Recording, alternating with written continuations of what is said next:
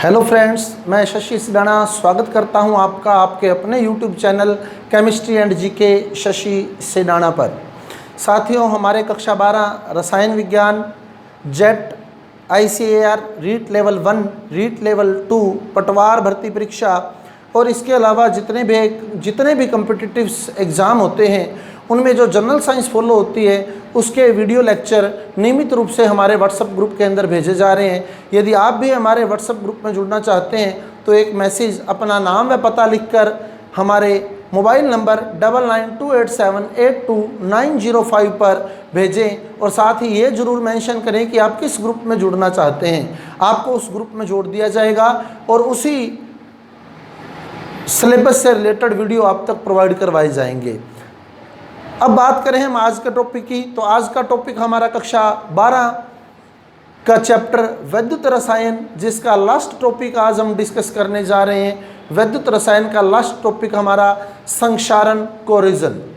संक्षारण क्या है, सबसे पहली बात तो ये करें। संक्षारण कोई भी धातु है, यदि उस धातु को वायु और नमी उपलब्ध हो जाती है तो धीरे धीरे वो खराब होने लग जाती है, वो विघटित होने लग जाती है। जैसे लोहा ले लें हम लोग, लोहा जब वायु और नमी के संपर्क में आ जाता है तो उस पर जंग लगना शुरू हो जाता है। लोहा जब वायु और नमी के संपर्क में आ जाता है तो उस पर जंग लगना शुरू हो जाता है। यह घटना लोहे का संक्षारण कहलाती है। तो यदि धातु नमी और वायु के संपर्क में आ जाएगी तो अवनत होने लग जाएगी, विघटित होने लग जाएगी। धातु का इस प्रकार विघटित होना ही संक्षारण कहलाता है। जैसे लोहे पर जंग लगना, चांदी का मेटल, चांदी का आभूषण अगर हमने पहना हुआ है, चांदी मेटल का कोई भी आभूषण अगर हमने पहना हुआ है चांदी धातु का, तो हम लोग देखते हैं कि वो धीरे धीरे काला पड़ जाता है। ये भी संक्षारण का ही उदाहरण है। इसके अलावा तांबे का बर्तन अगर हमने यूज़ किया है तो वो धीरे धीरे हरा होने लग जाता है। तांबा जो होता है उसका बर्तन धीरे धीरे हरी शेड में आने लग जाता है, ग्रीन शेड में आने लग जाता है। वो भी संक्षारण का ही उदाहरण है। हाल फिलहाल हमारे सिलेबस के अंदर जो दिया गया है वो है लोहे का संक्षारण। अब लोहे के संक्षारण की हम लोग बात कर रहे हैं कि लोहे पर किस प्रकार जंग लगता है। तो जब लोहा वायु और नमी के संपर्क में आ जाता है तो उस पर जंग लगना शुरू हो जाता है और ये जंग लगता है H+ आयनों की उपस्थिति में। H+ आयन उपस्थित होते हैं उस नमी के अंदर। वो कैसे आते हैं वो भी हम डिस्कस करेंगे। अब पहले तो देखें, मान लें ये लोहे का एक टुकड़ा है, लोहे का टुकड़ा, इस पर जल की बूंद, ये मान लें जल की बूंद है H2O, ये लोहा हो गया Fe, ये नमी आ गई और अब इस पे आक्रमण हो रहा है वायु का, ये आ गई ऑक्सीजन। लोहे के केस में आक्रमण करती है ऑक्सीजन, अलग अलग धातु के केस में अलग अलग गैस आक्रमण करेगी। जैसे लोहे के केस में मोस्टली ऑक्सीजन का आक्रमण होता है। चांदी का केस देखें तो वहाँ H2S गैस का आक्रमण होता है। इसके अलावा तांबे का केस देखें तो वहाँ CO2 का आक्रमण होता है। फिलहाल हमारे सिलेबस में लोहा ही है तो लोहे में नमी और ऑक्सीजन का आक्रमण हुआ है। अब ये वायु जब इस पर आक्रमण कर रही है, वायु मान लें आप लोग, मेन लोहा ऑक्सीजन से क्रिया करता है। जब वायु का इस पर आक्रमण हुआ तो वायु में CO2 गैस भी थी, CO2 गैस भी थी। तो CO2 जल से क्रिया करके, जब CO2 जल से क्रिया करेगी H2O + CO2 तो ये H2CO3 कार्बोनिक अम्ल बनाएगी। वायु आ गई, जल की बूंद ऊपर पड़ी है तो कार्बोनिक अम्ल बन गया वहाँ। अब कार्बोनिक अम्ल जो होता है वो 2H+ और CO3- 2 में टूटता है। तो इस प्रकार यहाँ H+ की उत्पत्ति होती है। H+ की उत्पत्ति होती है कैसे? जल की CO2 के साथ क्रिया द्वारा H2CO3 बनता है और H2CO3 से ही हमें H+ प्राप्त होते हैं। तो ये H+ मिल जाते हैं हमारे को। अब लोहे का संक्षारण जब शुरू होता है तो वायु और नमी की क्रिया लोहे के साथ होनी शुरू हो गई है और यहाँ लोहे का ऑक्सीकरण होता है। लोहे का ऑक्सीकरण होता है तो सबसे पहले Fe जो होता है वो Fe+2 में बदल जाता है 2 इलेक्ट्रॉन त्याग कर। तो सबसे पहले लोहे का ऑक्सीकरण होता है, Fe बदलता है Fe+2 में 2 इलेक्ट्रॉन त्याग कर। तो अतः यहाँ शुद्ध लोहा जो होता है वो एनोड का काम करता है। शुद्ध लोहा एनोड का काम करता है और लोहे के जिस जिस भाग में नमी का और ऑक्सीजन का आक्रमण हो चुका है वो भाग कैथोड की तरह कार्य करता है और वहाँ अपचयन की क्रिया होती है। वो भाग कैथोड हो जाएगा जहाँ नमी और ऑक्सीजन का आक्रमण हो चुका है। तो नमी से H+ बन गए और आक्रमण हुआ किसका? ऑक्सीजन का। हाइड्रोजन और ऑक्सीजन की क्रिया से यहाँ जल बनना शुरू हो जाता है। तो यहाँ जल बनने लग गया। बैलेंस कर लें, O2 हैं तो जल भी 2 हो गए। अब H4 हैं तो H भी 4 हो गए।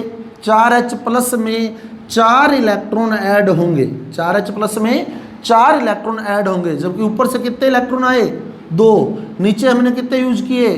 4। अतः इलेक्ट्रॉन की संख्या को बराबर करने के लिए हमें इस अभिक्रिया को 2 से मल्टीप्लाई करना पड़ेगा, तभी यहाँ 4 इलेक्ट्रॉन पूरे होंगे। क्लियर? तो 2 से मल्टीप्लाई क्यों किया है? क्योंकि नीचे 4 इलेक्ट्रॉन हमने यूज किए हैं, तो ऊपर से 4 इलेक्ट्रॉन हमारे पास आने चाहिए, जबकि ऊपर से पहले कितने इलेक्ट्रॉन आए थे? 2 इलेक्ट्रॉन आए थे। तो 2 से मल्टीप्लाई किया तब जाके 4 इलेक्ट्रॉन होंगे। अब ये कैथोड पर अभिक्रिया हुई। कैथोड पर क्या हुआ? H+ क्रिया कर गए ऑक्सीजन से और H2O बनने लग गया, जल बनने लग गया है। फिर देख ले, शुद्ध लोहा एनोड का काम करता है, Fe+2 में बदल गया है 2 इलेक्ट्रॉन डोनेट करके। कैथोड अशुद्ध भाग, जहाँ नमी और ऑक्सीजन का आक्रमण हो चुका है, वो अशुद्ध भाग है और वहाँ नमी से H+ आयन हमारे पास आ चुके हैं, तो H+ आयन ऑक्सीजन से क्रिया करके जल बनाने लग जाते हैं। बैलेंस करेंगे तो O2 हैं तो 2 जल के अणु लिए, H4 हैं तो 4 लिए, प्लस के 4 हैं तो इसमें 4 इलेक्ट्रॉन ऐड होंगे, जबकि ऊपर से कितने इलेक्ट्रॉन आ रहे हैं? 2 ही आ रहे हैं। तो ऊपर 4 इलेक्ट्रॉन लाने के लिए हमें 2 से मल्टीप्लाई करना पड़ा। अब हम रिजल्ट निकालें इसका कि इसका ओवरऑल परिणाम क्या निकलेगा, पूरी अभिक्रिया क्या होगी। Fe2 हो गए, 2 से मल्टीप्लाई किया है इसको, 2Fe plus 4H plus O2, 4 electron से 4 इलेक्ट्रॉन कैंसिल हो जाएंगे, equal to 2Fe+2 plus 2H2O, 2Fe+2 plus 2H2O। तो ये हमारे पास रिजल्ट आ गया, overall result 2Fe+2 plus 2H2O। अब इस 2Fe+2 और 2H2O पे क्या होगा? देखो,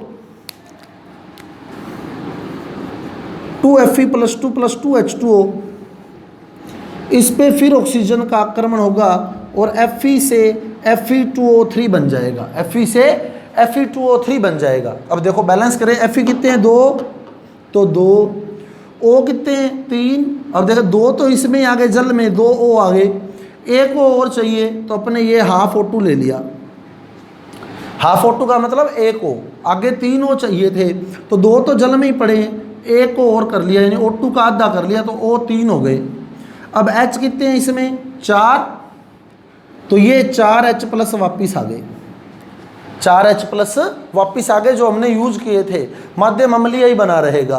क्लियर? जो 4H+ हमने यूज किए थे वो हमारे को वापिस प्राप्त हो जाते हैं। तो ओवरऑल समीकरण में क्या हुआ? Fe+2 और जल बना। इस Fe+2 और जल पर ऑक्सीजन का फिर आक्रमण हुआ और Fe2O3 बन गया। अब ये जो Fe2O3 बना है, इस पर लगातार नमी आक्रमण करती जाएगी, प्लस XH2O, ये नमी इस पर लगातार आक्रमण कर रही है और ये बन गया Fe2O3.XH2O। यही जंग होता है, Fe2O3.XH2O, ये जंग का सूत्र है। इस प्रकार लोहे पर जंग लगता है, इस प्रकार लोहे पर जंग लगता है, तो यहाँ जंग लगना शुरू हो जाता है और लोहा जो है वो धीरे धीरे खराब होने लग जाता है। तो ये डायग्राम भी बन गया हमारे पास लोहे पर संक्षारण का, और उधर प्रोसेस आपके सामने है। Fe बदला किस में? Fe+2 में। अब जो H+ थे उसने ऑक्सीजन से क्रिया करी, क्या किया? जल बना दिया। ओवरऑल समीकरण बना लेंगे, फिर उस पर ऑक्सीजन का आक्रमण हुआ, Fe2O3 बन गया। Fe2O3 के साथ जल ने क्रिया की, Fe2O3.XH2O, यानी जंग बन गया है। इस प्रकार लोहे पर जंग लगना शुरू हो जाता है और ये लोहे का संक्षारण है आपके सामने। लास्ट टॉपिक हमारा था। अब संक्षारण से कैसे बचा जा सकता है, क्या तरीके हैं संक्षारण से बचने के, संक्षारण के बचाव के उपाय। अब संक्षारण क्यों हुआ? क्योंकि लोहे पर नमी ने और ऑक्सीजन ने आक्रमण किया, लोहे पर नमी और ऑक्सीजन ने आक्रमण किया तो संक्षारण हुआ। तो सबसे बढ़िया मेथड यही है कि हम कोई ऐसी टेक्निक अपनाएं कि ये नमी और ऑक्सीजन लोहे के संपर्क में ही ना आए, नमी और ऑक्सीजन लोहे के संपर्क में ही ना आए, तो जब नमी और ऑक्सीजन लोहे के संपर्क में नहीं आएगी तो कॉमन सी बात है संक्षारण नहीं होगा। तो सबसे बेस्ट मेथड यही है कि कोई ऐसा प्रोसेस लगाया जाए कि नमी और ऑक्सीजन लोहे के संपर्क में न आ पाए, और इसके लिए हम लोग क्या करते हैं, धातु की सतह पर पेंट कर देते हैं। धातु की सतह पर पेंट कर देते हैं। उस पेंट के कारण नमी और ऑक्सीजन जो होते हैं वो लोहे के संपर्क में नहीं आ पाते, इसलिए लोहा बच जाता है। सबसे बढ़िया उदाहरण आता है वर्तमान में जो कूलर आ रहे हैं, आप मार्केट में कूलर देखें, कूलर पर पेंट किया होता है। हम लोग लोहे का जो गेट लगाते हैं घर के बाहर, खिड़की लगाते हैं, उस पर भी हम लोग पेंट कर देते हैं। अगर पेंट ना करें तो क्या होगा, उसको जंग लग जाएगा।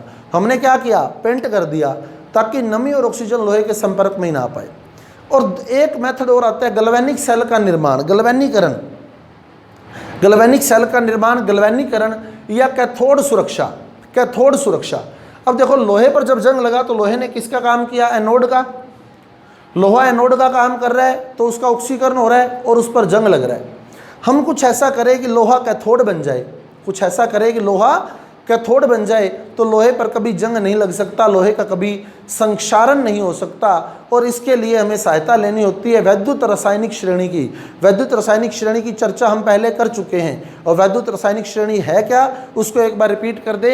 लेके बारात कान्हा मजे से आला, जाओ फिर सीडी नहीं सुनो प्रभु, हे कौन आया है जी बारात, मैं कल आऊँगा फिर। ये वैद्युत रासायनिक श्रेणी हमने डिस्कस करी थी। ले के बारात कान्हा मजे से आला, जाओ फिर सीडी नहीं सुनो प्रभु, हे कौन आया है जी बारात, मैं कल आऊँगा फिर। तो ये वैद्युत रासायनिक श्रेणी थी। एक बार मैं लिख रहा हूँ वापिस, तो उसको देखें कि क्या थी वैद्युत रासायनिक श्रेणी। यहाँ नोट कर देता हूँ, ले